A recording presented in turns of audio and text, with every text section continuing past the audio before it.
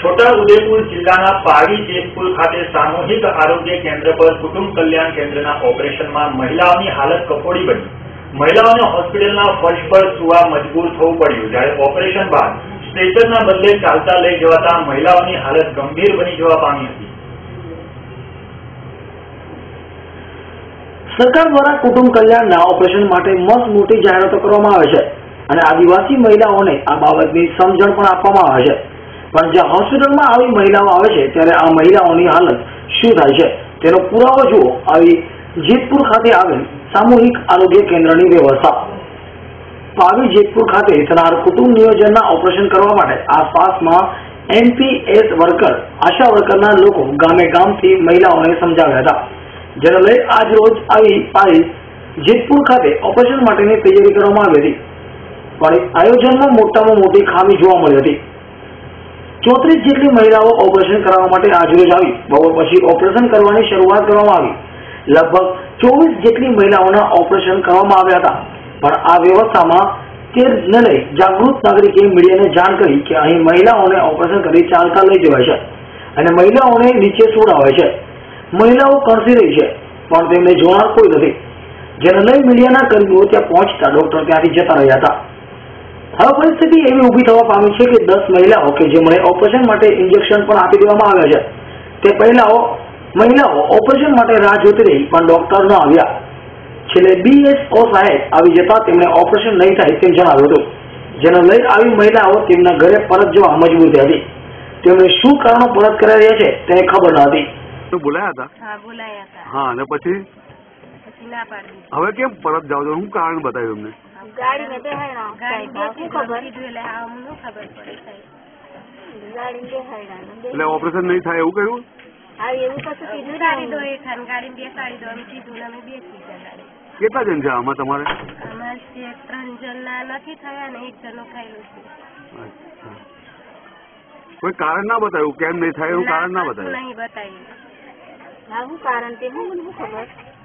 તમે ગાડીમાં બેસી જાઓ તેવું ડોક્ટરે કહ્યું એટલે બેસી ગયા। 3 જણના ઓપરેશન નથી થયા, એકનું ન થયું, કોઈ કારણ બતાવ્યું નથી। લાભાર્થી બહેનોના ઓપરેશન વગર જવા મજબૂર થયા, પણ તેમણે કારણ જાણવા મળ્યું નહીં। જ્યારે જેમના ઓપરેશન થયા તેઓને સરકારી ગાડીમાં ઘેટા બગડાની માફક જવા મજબૂર થવું પડ્યું હતું। આ સમયે તેમની હાલત ઘણી ગંભીર હતી। આ બાબતે BHOએ પોતાના બચાવમાં કંઈ આવું જણાવ્યું। जो ऑपरेट किए हुए पेशेंट है उसको आप बेड पे क्यों नहीं सुलाते थे और बाहर क्यों? नहीं, हमारे पास 20 बेड है, 20 बेड का हॉस्पिटल है और 2 में भी बच्चे जो पहले एडमिट थे वो बच्चे एडमिट थे, तो कुछ पेशेंट को नीचे हम लोग पेशेंट जो बेड और जैसे ऑपरेशन होता है पेशेंट को डायरेक्ट वार्ड में रखते हैं, फीमेल वार्ड में है और अभी मेल वार्ड खाली था तो उसमें रखते हैं। दोनों पेशेंट को रखने के बाद जो भी पेशेंट वो फुल हो गया था फिर पेशेंट को हम लोग 6 घंटे बाद शिफ्ट करते हैं। अभी उस समय बेड जहाँ पे हमारे पे जहाँ कम था इसलिए नीचे उसको पथार के अभी डालना लगाए हुए थे, उसको हम सुधार कर लेंगे कि उसमें और बेड लगा दिया जाए। ऑपरेशन के बाद जो पेशेंट है वो निकल रहा था, उसको चलने का ठिकाना नहीं था, होश में नहीं था, फिर भी वो इसको नीचे लेटा गया और एक पलंग पे 2 को लेटाया गया। तो मेरे वो क्या है ठीक? नहीं, वो ठीक तो नहीं है, लेकिन एक पेशेंट को पलंग पर लेटाने के लिए उसको फिर जहाँ मेरे पास जितनी सुविधा थे ऐसे तो कभी 10 ही ऑपरेशन होता है तो 10 बेड रहता है, लेकिन आज ऑपरेशन 24 का हुआ लेकिन पेशेंट 34 आए हुए थे, तो उस पेशेंट को रखने के लिए हमने बेड की जो सुविधा थी वो थी और बाकी को नीचे थोड़ा देर रखने के बाद फिर उसको बेड पे रख दिया। आपने जो CMT वार्ड में एडमिट जो 2-3 बच्चे एडमिट थे उसको आपने कहाँ पे शिफ्ट किया? वो बच्चे वहाँ एडमिट ही हैं, अभी भी है। तो उनको इन्फेक्शन लगने का चांसेस है? इसमें कोई इन्फेक्शन की बात ही नहीं है, ये कोई बीमार पेशेंट तो है नहीं, ये बेनिफिशियर है, ये पेशेंट नहीं है, ये बेनिफिशियर है। अच्छा, जिसको चलने का ठिकाना नहीं था तो क्या स्ट्रेचर की इसको जरूरत नहीं लगी? स्ट्रेचर की जरूरत पड़ती है, आपने सही बोला कि स्ट्रेचर की जरूरत पड़ती है, लेकिन उस समय क्या है डायरेक्ट चूंकि वार्ड के बगल में मेरा पेशेंट था इसके लिए उसको वार्ड में डायरेक्ट ले लिया। बराबर।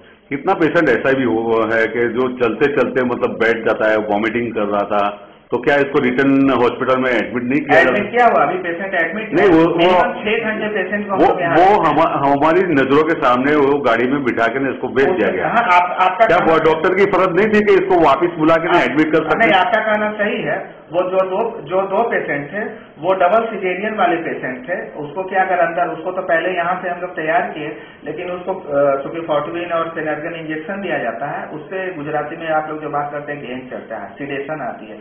उस सिडेशन के कारण वो पेशेंट डाउन सिडेटेड था। सिडेटेड मतलब कि वो बेमान था और उससे थोड़ी उल्टी होती है वो दवा के इफेक्ट से।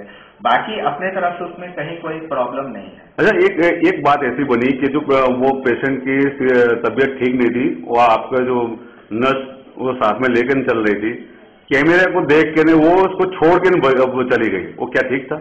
वो तो ठीक नहीं है, लेकिन वो स्टाफ नहीं होगी, उसका आप हमको नाम पता बताएं तो देखेंगे।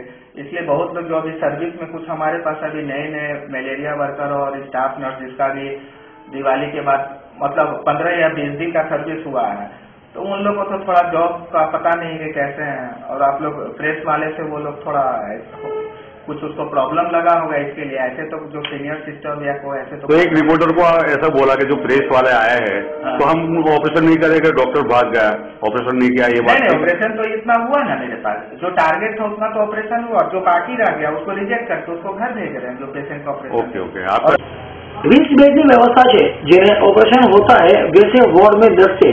हमारे पास बेड कम थे, इसलिए हमने नीचे सुलाया है। एक बेड पे 2 सुलाना ठीक नहीं है। 24 का ऑपरेशन हुआ, 34 पेशेंट आए, स्ट्रेचर की जरूरत पड़ती है और ऑपरेशन फिलर बगल में नहीं है, इस वजह से चलते लगे। पेशेंट को छोड़कर नर्स चली गई, वो ठीक नहीं, लेकिन वो स्टाफ में ही नहीं होगी। कुटुंब नियोजनના ઓપરેશનમાં આજે મહિલાઓ સાથે જે વર્તન કરવામાં આવ્યું છે તે કોઈ એક લાગતું હોય કે માનવતા મરી પરવાડી ગઈ છે। મહિલાઓ સાથે આવું વર્તન કેટલું વ્યાજબી કરી શકાય?